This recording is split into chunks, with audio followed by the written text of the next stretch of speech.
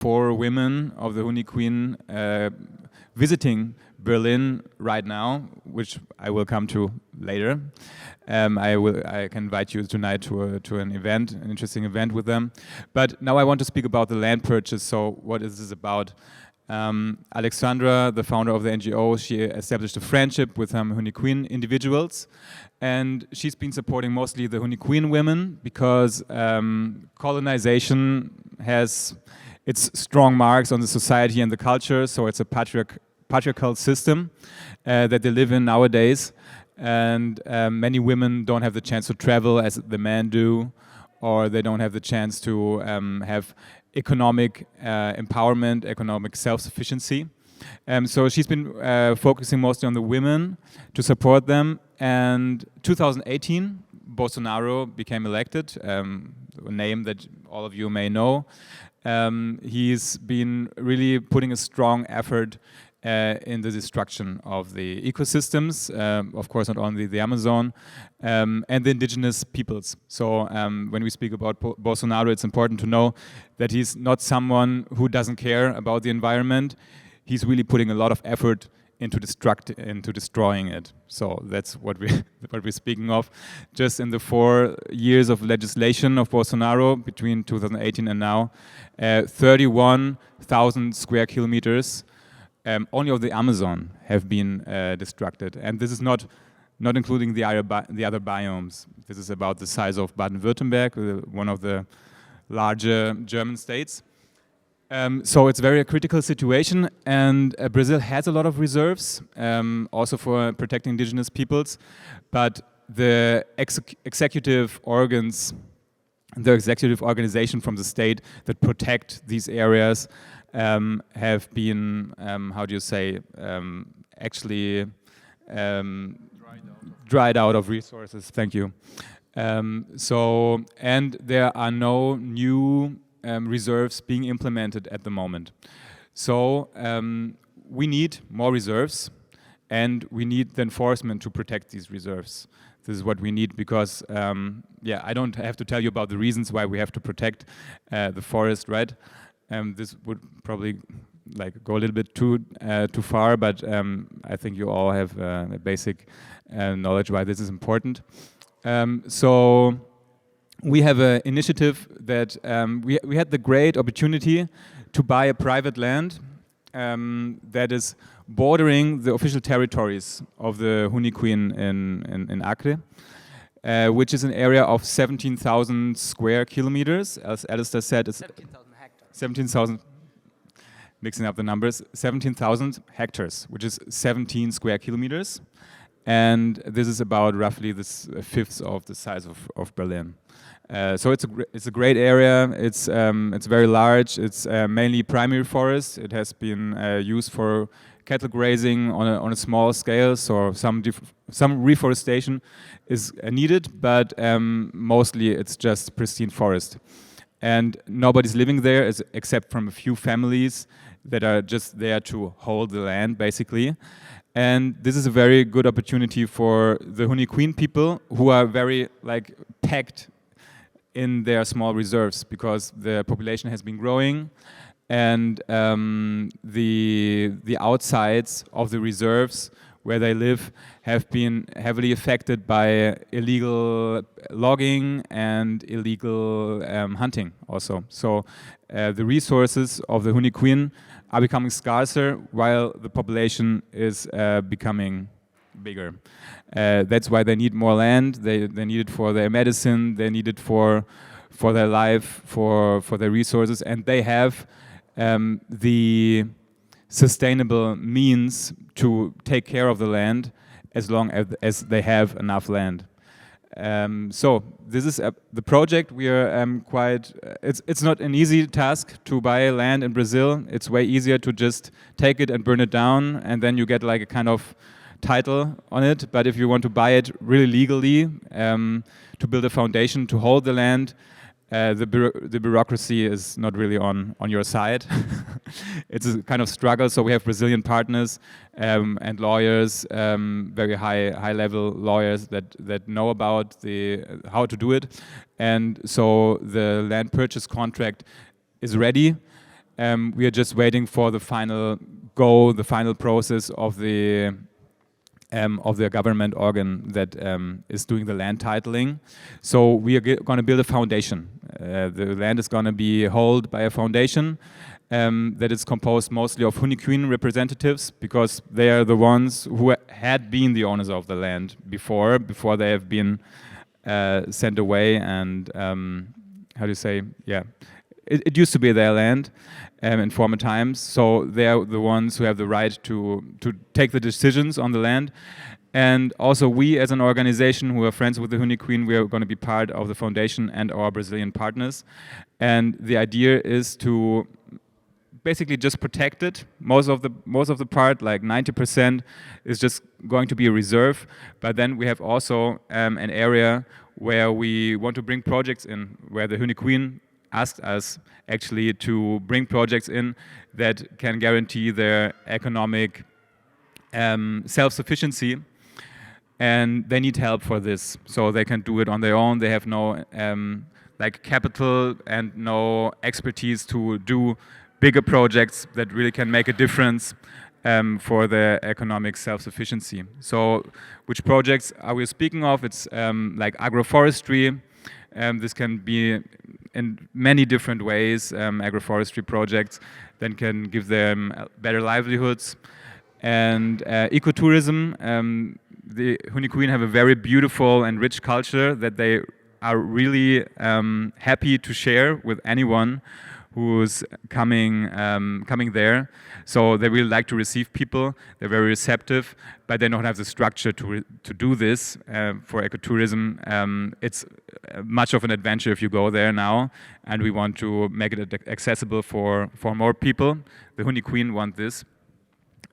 So these are two things, and other things that can be done on the land, of course, are working with the medicines. So they have already put in place a small laboratory for doing essential oils and producing soaps, and they have so much knowledge on the medicine. This can be scaled up, right? So different projects that can be put in place. Of course, carbon credits are also something that can generate income for the communities. And why is this important? It's important because the people don't have really enough food on the land to just live from hunting and gathering. So they still have their culture, but they also need some income for their basic needs and for traveling, for example. And of course, we want to create a model area where we can show that the forest can be worth without being cut down. So this can be a great model. And we also have partners on a political level in Brazil. Not everybody in the Brazilian government is on the side of Bolsonaro, so we have, fortunately, we still have partners also on the political side that are supporting our project. So why we're here is because we are searching for allies. Of course, we need funding, but also we need expertise. And especially when I think of Web3, something that comes to my mind, which can be really interesting, is new technologies, how we can really secure the land and make sure that it's not being deforested or degraded. And so satellite data, for example, are becoming every time more available and every time more accessible and every time more accurate. And combined with on-the-ground verification, people on the ground who verify these data, we have powerful tools to really make sure that the forest is being protected. But there are many other things I probably don't know about because I spent most of my time connecting with the Huni Kuin. I go to the forest, I connect with them, and I spend a lot of time also doing law stuff, like dealing with authorities. So I'm not really into the Web3 opportunities. And but that's good for now. I think we can open the discussion. And maybe João has to add something. He's our volunteer. Yeah, just shortly so we can. Yeah, so just because alone listening to that name makes me already very angry, and I need to do a little bit of therapy here. I don't mention the name of the president. I will just say it's still the current president of Brazil. And just that you understand, it's really like his politics is it's a politics of assassination of the native people, because he said things to the press, like even before he was elected, if I am the president, there will be not a single centimeter of land for indigenous people in this country. He said things after he was a president, like we should have killed all our natives, just like the North Americans did 100 years ago, so we wouldn't have this problem now, because they are sitting on our resources. So this makes me really angry, you know, and I think it's important to enforce that. Maybe just before I want to hand it into the round, is I want to sketch a positive vision. I think we have enough concepts and prototypes, so what I sense in less than 10 years is possible to build what I would call bioregional ecosystem demonstrators.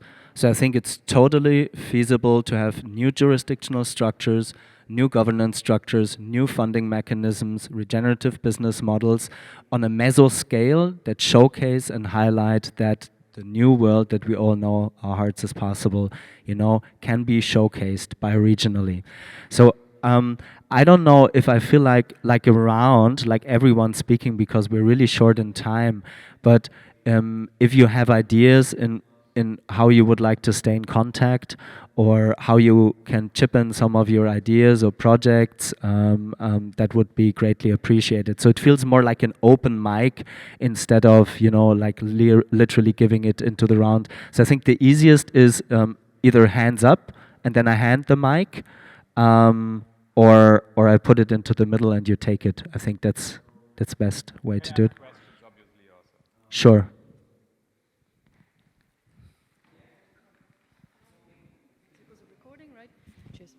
Hi, thanks for the input. Actually, love to hear more from you because you're from the community. Sorry. Yeah, I just realized. Thanks for the input. I would have loved to hear more from you because you're from the community, but I guess that can come during the talk. Okay, sorry. I've got several questions. In the beginning, you said that you would like to try Web3 to make it fraud resistant. So I'm wondering about specific examples of this fraud resistancy you're looking for, and also data accessibility, verification of data. What exactly would you like to verify? Maybe you can just give some examples. And also what I was just, when you just said that, you know, don't want to repeat it, don't want to push my finger into the wound. Here in Germany, we don't really have a connection to our land, I feel. I'm German, like I feel many people don't really have a connection to their land, to their surroundings. But you have it, like you have your traditions, you have your history, and I'm wondering what also education or what experiences and exchange can do so people don't vote for certain other presidents, you know. I'm wondering whether this aspect could also be something that is actually really, really crucial to have support for your community. And I'm wondering, yeah, maybe you have something on mind of that.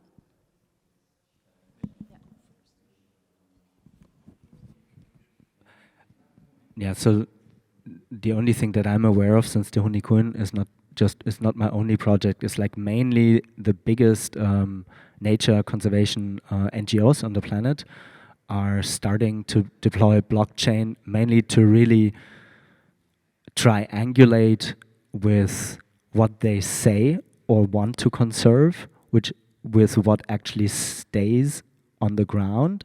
And this is mainly done through providing people on the ground, like in Bangladesh or other disenfranchised regions on the planet, with very simple image and GPS data to put it on a blockchain so that they can really complain about anything from trees logged down to like massive plastic pollution. That's basically it. So I can't speak for us, but I reckon once, you know, the land contract is secured, I mean, there's not enough people really to care about 17,000 hectares of land. So then you need like a smart way to really protect the land. That's one thing.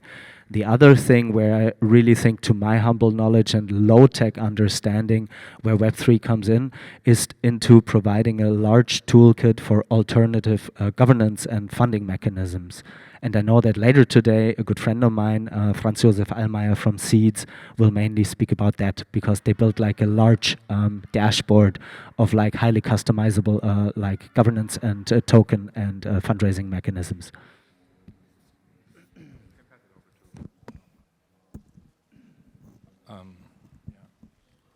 So what can we do to make people not vote on this type of guy, right? Was more or less the question.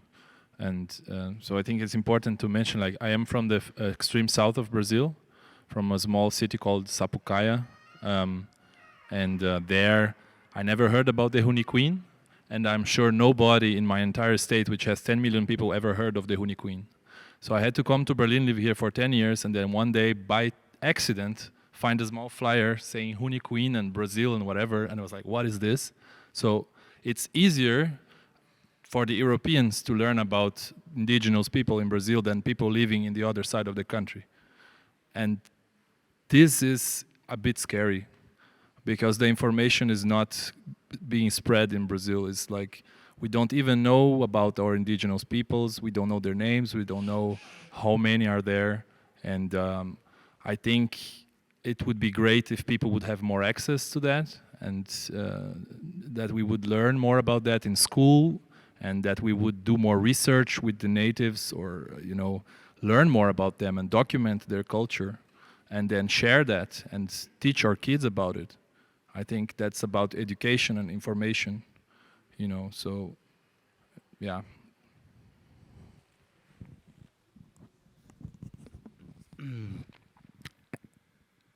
If anybody like has questions, also like welcome to raise.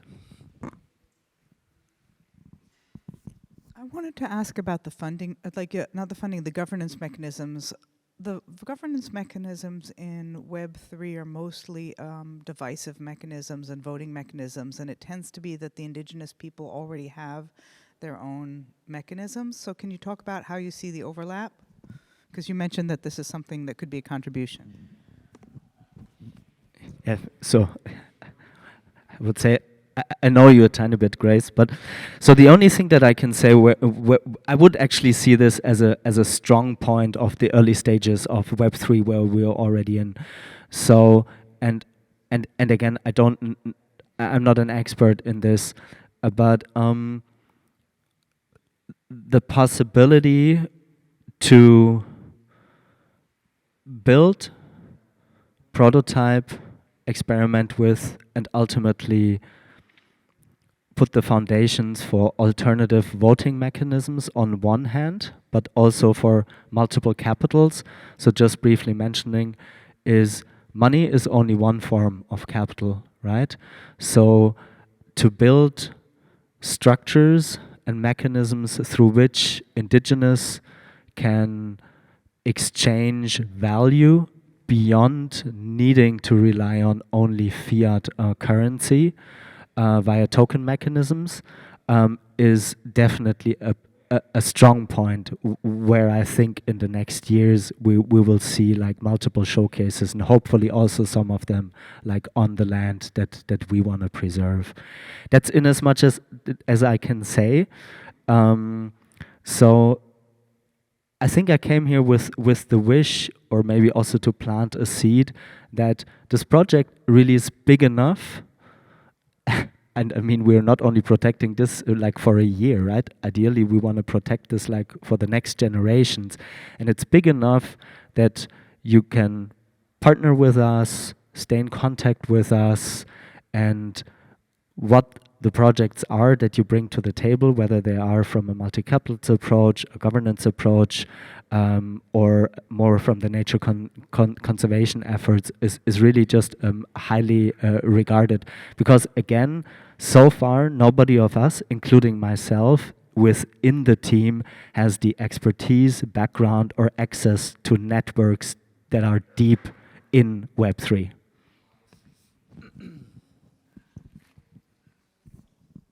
Yeah, thank you. Thank you for being here. Question I have is, given the the estimates you think for population growth for the Huni Kuin and the lands you're acquiring now, do you have a sense of how long that land would be sustainable at the current population and the current rate for how long that Huni Kuin could live on that land? Would there be another stage of further acquisition of lands? Is there a plan for into the future beyond the existing parcel of land? Yeah, that's a very, very interesting question. We are very concerned, really, with the livelihoods of the Huni Kuin, because the time where they lived as hunter-gatherers is not long ago. It's just maybe 3 generations. And in the area where we are working, there's a lot of uncontacted people still who belong to a different ethnicity. But they still live as hunter-gatherers. So we are really in a region where it's a new thing to grow animals, for example. So they had been growing crops, mostly cassava, for a long time already. But doing animal farming is a really new thing.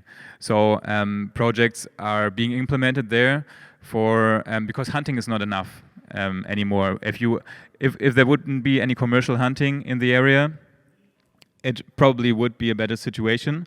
But the combination, as I said, the population growth together with the commercial hunting, which you should not underestimate, is just posing a big threat to the livelihoods and, of course, the biodiversity. But there are still regions far out in the forest where the incredible biodiversity is still available. So mostly the people. The rivers are the roads, right? So people don't go more than, let's say, maximum 10 kilometers from the rivers to hunt. So there are still big reserves of huge biodiversity, but there's definitely efforts needed to promote animal farming. And there have been some approaches. It's very hard to establish projects because it needs a lot of continuity. People have to really stay there to watch out that the projects are put in place. For example, there was one guy that wanted to help them, and he just brought 30 sheep or goats. I think it was goat, yeah, 30 goats there to say, so now you can have your animal farms, you can grow the goats, and they just. There was 2 weeks of barbecue and all goats were gone. So this is really something where, but this is what was in one village, and then in another village, it worked out well with chicken. So it really depends a little bit how people can be trained and how they understand really. What this is. This is very important. So otherwise, malnutrition is a big issue, and the population rates are going down already, or they're like stabilizing a little bit. But there is enough land, definitely. It's so huge. There's just some villages. It's just the accessibility to the land, because they cannot go to private lands. They have to stay in their reserves. But there is enough land available. It's like ridiculous how much land is there compared to the population. Yeah.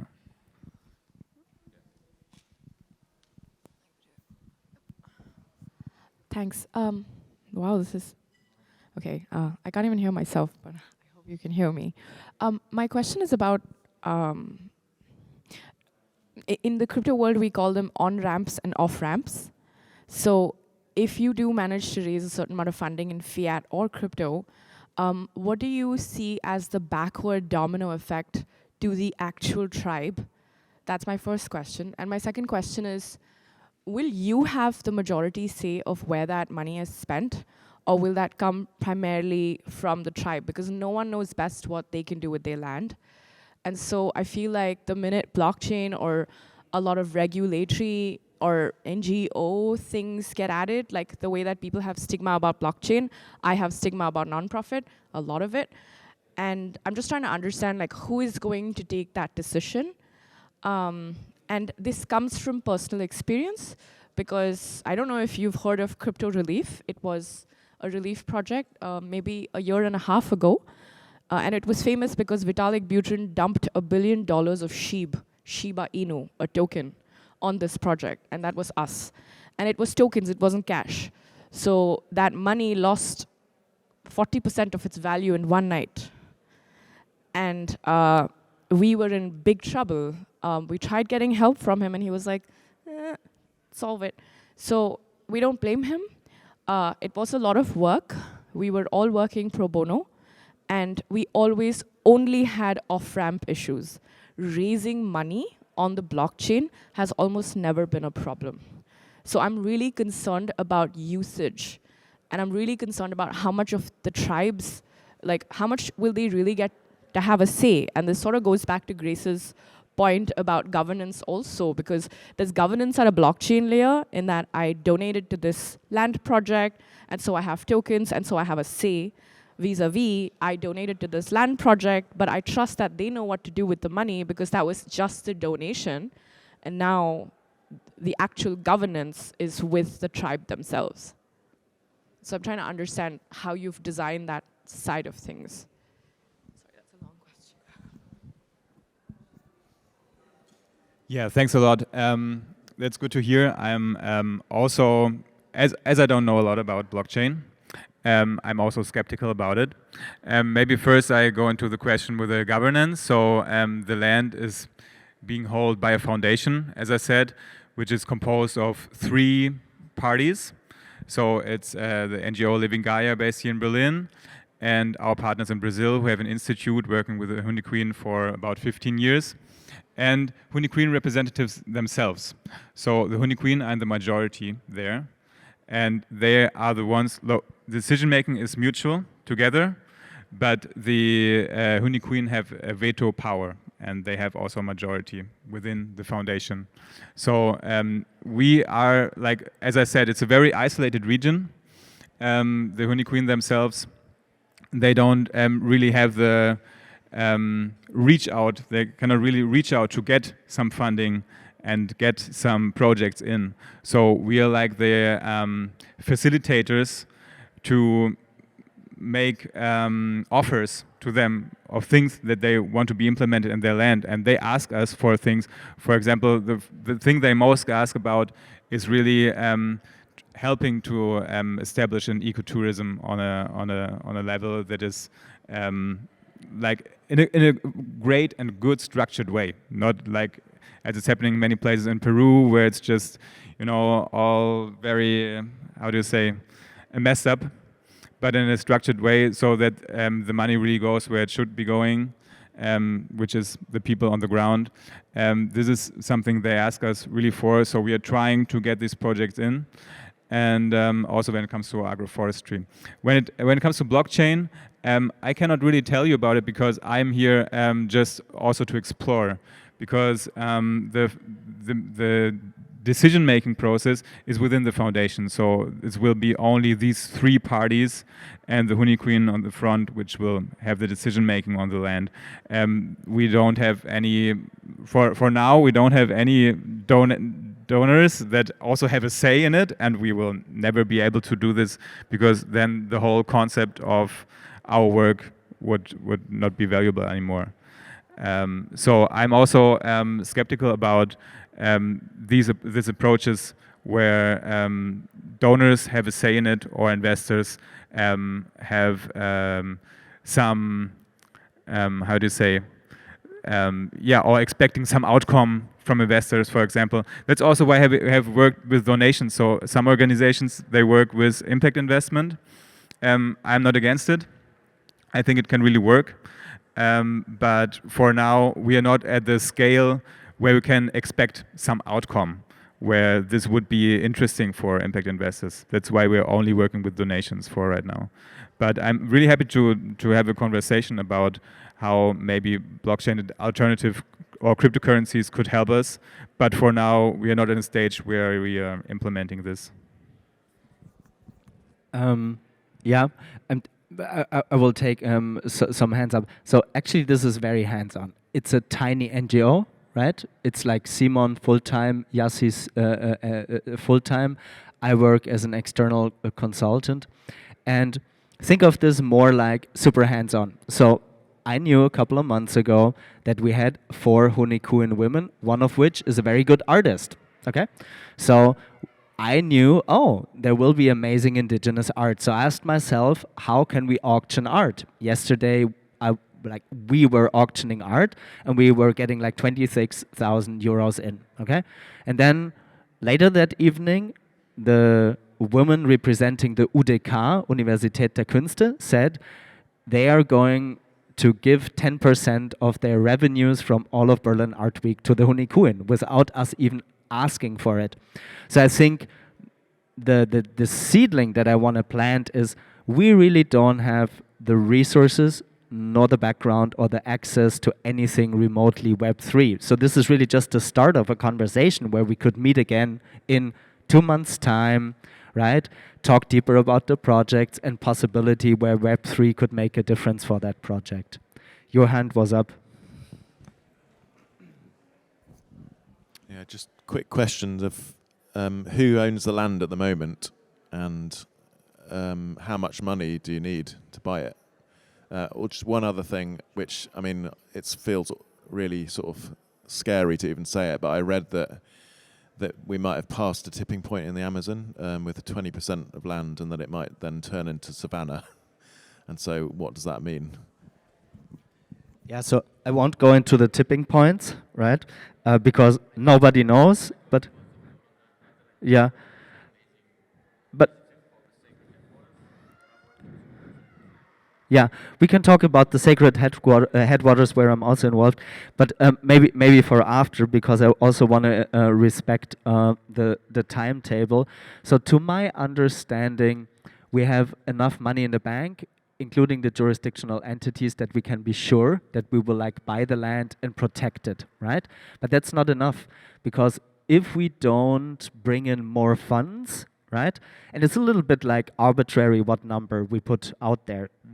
The way we have it in the deck, it's 1.5 million euros, dollars, kind of, right? That would really secure runway for some for the projects.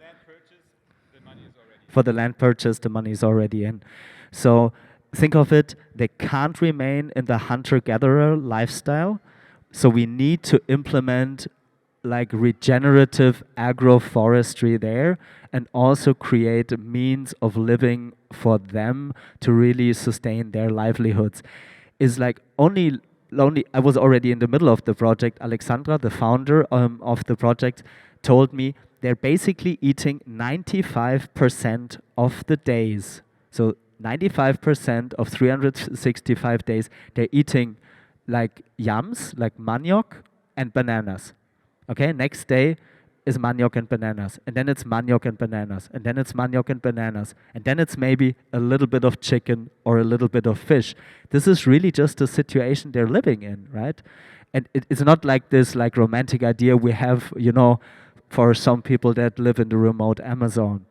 So I really, if I were to say like developing the projects, it's like agroforestry, right? And they need to be also like taught how to do that, because they don't have a cultural heritage, right, of agroforestry or agriculture.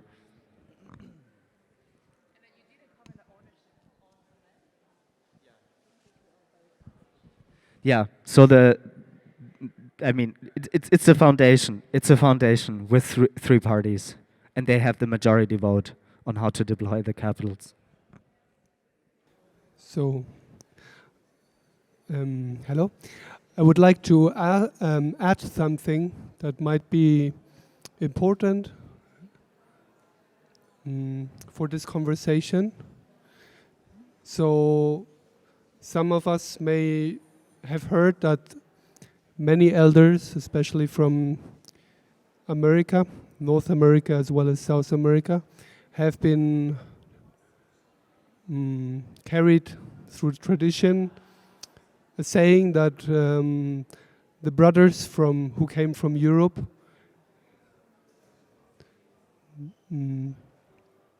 they are from the perspective of natives, they are kind of mad, crazy. And there will come a day when they will wake up and see what they have done. And they will not know how to deal with it. Because they will have to remember all the pain, the suffering that has been created, consciously or unconsciously. And I think most people have not realized that about 5 weeks ago, the Pope was flying to Canada and speaking in front of hundreds of elders, asking for forgiveness for what many Christians have done in the name of whatever. And he also mentioned that we who came from Europe, we have actually messed it up when it comes to spiritual co-creation with those who have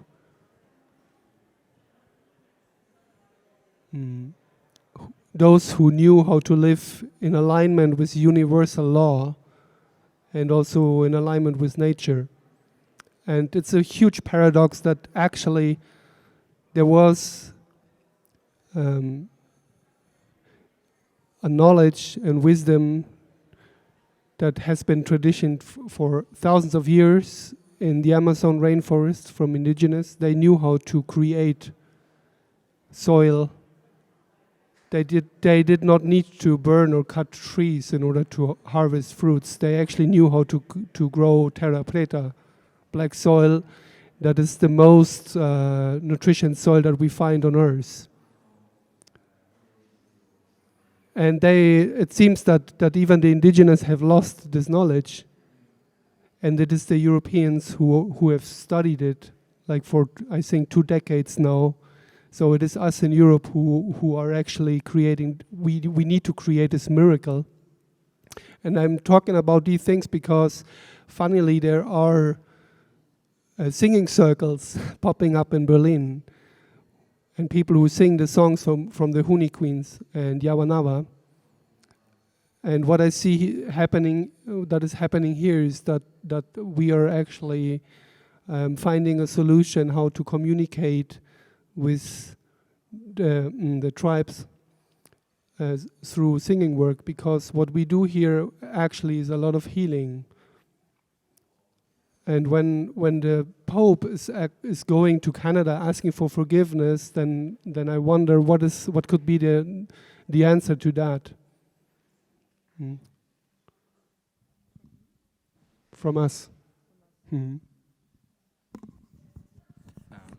Yeah, just want to respect time because we're basically over time, and I want to mention that at Mahala, which is a big creative space not too far from here, there will be a concert this evening. In case you still want to meet the Huni Kuin.